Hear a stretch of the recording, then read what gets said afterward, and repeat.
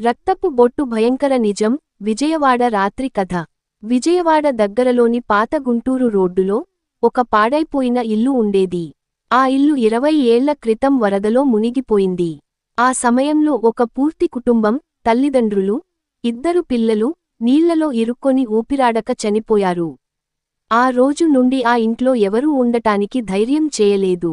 2021లో 3 engineering friends అక్కడికి వెళ్లారు. వాళ్లకు గోస్ట్ డిటెక్ట్ అని యూట్యూబ్ ఛానెల్ ఉంది.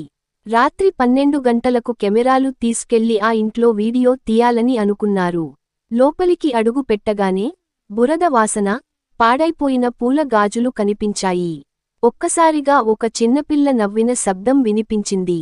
వాళ్లలో ఒకరు భయపడి టార్చ్ వేశాడు. గోడ మీద నీళ్లలో మునిగిపోయినట్టు నల్లగా, ఉబ్బిపోయిన చిన్న పిల్లల చేతి ముద్రలు కనిపించాయి. కొవ్వొత్తి కెమెరాలో పట్టిన దృశ్యం. ఒకరు కెమెరా ఆన్ చేశారు.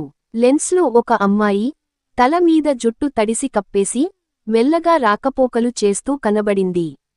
కాని వాస్తవంలో వాళ్ల కళ్లకు ఎవరూ కనిపించలేదు. ఆ ఇల్లు తలుపు జారుడుపడ్డట్టుగా బిగ్గరగా మూసుకుపోయింది. వాళ్లను గది లోపలే బంధించింది. భయంతో అరుస్తున్న ముఖం చివరి క్షణం. ఒకరు ఫోన్లో లైవ్ పెట్టి బయటివారికి కాల్ చేయడానికి ప్రయత్నించాడు. కానీ ఫోన్లో నెట్వర్క్ లేకుండా ఆర్ఈసీ లైట్ మాత్రమే మ్రోగింది. ఆ రికార్డింగ్లో చివరగా వినిపించిన శబ్దం, గ్రేటర్ దెన్, మేము నీళ్లలో చచ్చిపోయాం. మమ్మల్ని వదిలి వెళ్ళకండి. తర్వాత వాళ్ల అరుపులు. రెండో రోజు ఉదయం పోలీసులు వెళ్లి చూశారు. కెమెరా అక్కడే ఉంది. కాని అందులో రికార్డ్ అయిన వీడియో 3 గంటలపాటు అరుపులు, నీళ్లలో మునిగిన శబ్దం, పిల్లల ఏడుపు మాత్రమే. ఆ 3 యువకులు మాత్రం కనిపించలేదు. ఈ రోజు వరకు వాళ్ల గురించి ఎవరూ ఏమీ తెలియదు. ఆ కెమెరా వీడియో నిజంగానే యూట్యూబ్లో అప్లోడ్ చేశారా లేదా ఎవరైనా చూశారా అన్నది ఒక రహస్యం. మీకు ఇలాంటి స్టోరీలు కనుక నచ్చినట్టయితే దయచేసి లైక్ చేయండి, షేర్ చేయండి, సబ్స్క్రైబ్ చేయండి.